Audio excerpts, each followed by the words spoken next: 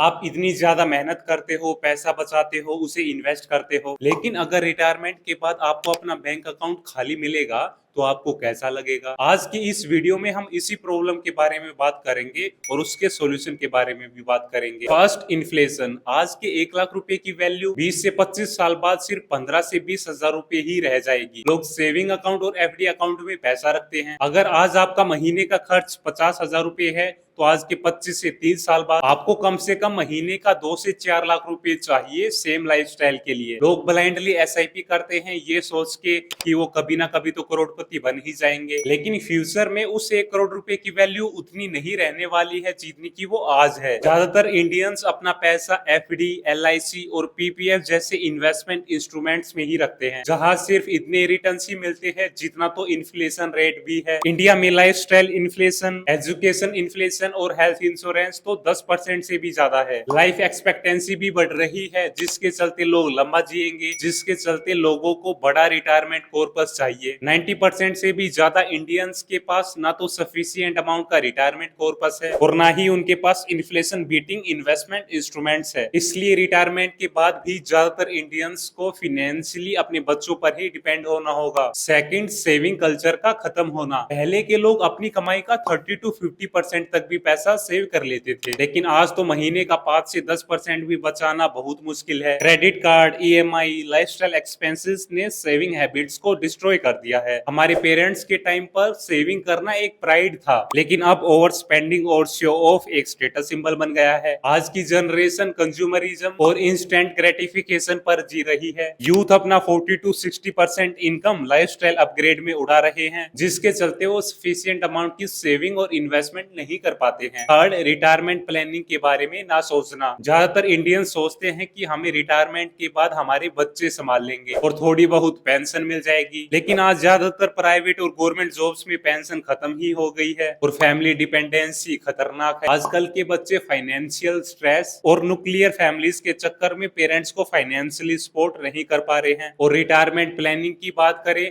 तो लोग सोचते हैं कि अभी तो बहुत ज्यादा टाइम है, लेकिन ये सोच गलत है। रिटायरमेंट कॉर्पस एक दिन में बिल्ड नहीं होना है, वो 20 से 30 साल का प्रोजेक्ट है। ज्यादातर इंडियंस का ज्यादातर फोकस शॉर्ट टर्म गोल्स पर होता है। रिटायरमेंट प्लानिंग तो उनकी प्रायोरिटी लिस्ट में भी नहीं आता है। बहुत लोग सोचते हैं कि पीएफ और ग्रेजुएटी इनफ होगा, लेकिन इन्फ्लेशन के बाद उसका रियल वैल्यू पीनट्स के बराबर होगा। इंडियंस को लगता है कि रिटायरमेंट प्लानिंग ओल्ड लोगों का काम है, लेकिन आप जितना ज्यादा डिले करोगे उतना ही मुश्किल होगा बड़ा कॉर्पस बनाना। ज्यादातर इंडियंस को तो एग्जैक्ट अमाउंट भी नहीं पता है कि उन्हें रिटायरमेंट के लिए कितना कॉर्पस चाहिए। इस गोल क्लैरिटी की कमी के चलते रिटायरमेंट लाइफ में लोग स्ट्रगल करेंगे। लोग ईएमआईज और शॉर्ट टर्म गोल्स में अटक जाते हैं और फिर प्रॉपर रिटायरमेंट प्लानिंग नहीं कर पाते हैं। Fourth, wrong investments. ज्यादातर लोग LIC policies, FDs, chit funds, gold और लैंड जैसी लो रिटर्न और इलिक्विड चीजों में अपना पैसा फंसा लेते हैं। इनमें 7 to 9% के ही रिटर्न्स मिलते हैं और इन्फ्लेशन और टैक्सेस के बाद तो नेट रिटर्न्स और भी ज्यादा कम रह जाते हैं। ये इन्वेस्टमेंट इंस्ट्रूमेंट्स इन्फ्लेशन को उतने अच्छी तरह बीट नहीं कर पाते हैं। लोग इन्वेस्टमेंट करते भी हैं तो छोटे अमाउंट के साथ इन्वेस्टमेंट करते हैं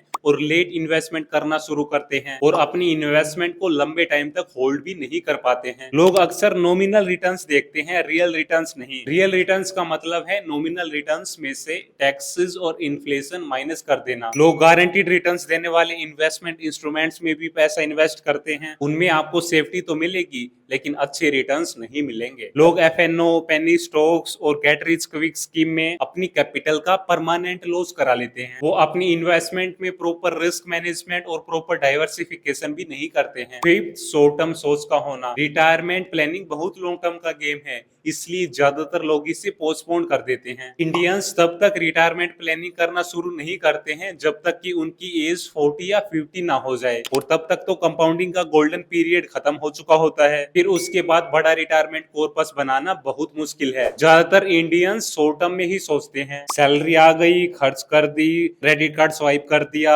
वीकेंड आउटिंग्स कर लिया, लेकिन 20 से 30 साल के बाद की रिटायरमेंट प्लानिंग के लिए जीरो प्लानिंग है। इस शॉर्ट टर्म सोच का ये नतीजा है कि लोग इंश्योरेंस इंश्योरेंस को लाइबिलिटी समझते हैं, एसआईपी को पेशेंस किलर समझते हैं और लॉन्ग टर्म इन्वेस्टिंग को बोरिंग चीज समझते हैं। इंडिया में लोग पैसे के मामले में सिर्फ आज का ही सोचते हैं, शॉर्ट टर्म खुशी और फायदे के लिए लॉन्ग टर्म फ्यूचर को इग्नोर कर देते हैं। बल्कि रिटायरमेंट प्लानिंग का तो मतलब ही लॉन्ग टर्म है और शॉर्ट टर्म सोच वहाँ सबसे बड़ी दुश्मन है। शॉर्ट टर्म सोच लोगों को इजी मनी ट्रैप में ले जाती है, गेट रिच क्विक स्कैम के ट्रैप में ले जाती है। जो पैसा लोग रिटायरमेंट पर्पस के लिए इन्वेस्ट कर सकते थे, उस पैसे को वो इन चीजों में खराब कर देते हैं। Sixth, unrealistic expectations. लोग सोचते हैं कि 60 की एज के बाद एक्सपेंसेस कम हो जाएंगे, जबकि 60 की एज के बाद तो एक्सपेंसेस बढ़ जाएंगे, खास तौर पे मेडिकल एक्सपेंसेस। आजकल योलो कंसेप्ट भी बहुत चल रहा है, यू ओनली लिव वंस। हम आज इंजॉय करेंगे, कल किसने देखा है। इस सोच के चलते लोग रिटायरमेंट के बाद की लाइफ में स्ट्रगल करेंगे और सफिशिएंट अमाउंट का रिटायरमेंट कॉर्पस भी नहीं बना पाएंगे। रिटर्न्स को लेकर अनरियलिस्टिक एक्सपेक्टेशंस रखना भी गलत है। लोग सोचते हैं कि एफडी और एलआईसी पॉलिसी उन्हें 12 to 15% के रिटर्न्स दे देगी, लेकिन रियलिटी में ये 5 to 6% के ही पोस्ट टैक्स रिटर्न्स दे पाएंगे। लोग सेविंग और इन्वेस्टमेंट को पोस्टपोन करते रहते हैं। वो सोचते हैं कल सेविंग करेंगे, अगले महीने से सेविंग करेंगे, लेकिन कल तो कभी आता ही नहीं है। इसके चक्कर में लोग कंपाउंड इंटरेस्ट का मैजिक मिस कर देते हैं। इस वीडियो के कंक्लूजन की बात करें, पहले तो लोग रिटायरमेंट प्लानिंग को सीरियसली नहीं लेते हैं और जब टाइम निकल जाता है तब तो वो सफिशिएंट अमाउंट का रिटायरमेंट कॉर्पस बिल्ड ही नहीं कर पाते हैं। अमीर लोग रिटायरमेंट इनकम के लिए पैसिव इनकम बिल्ड करते हैं,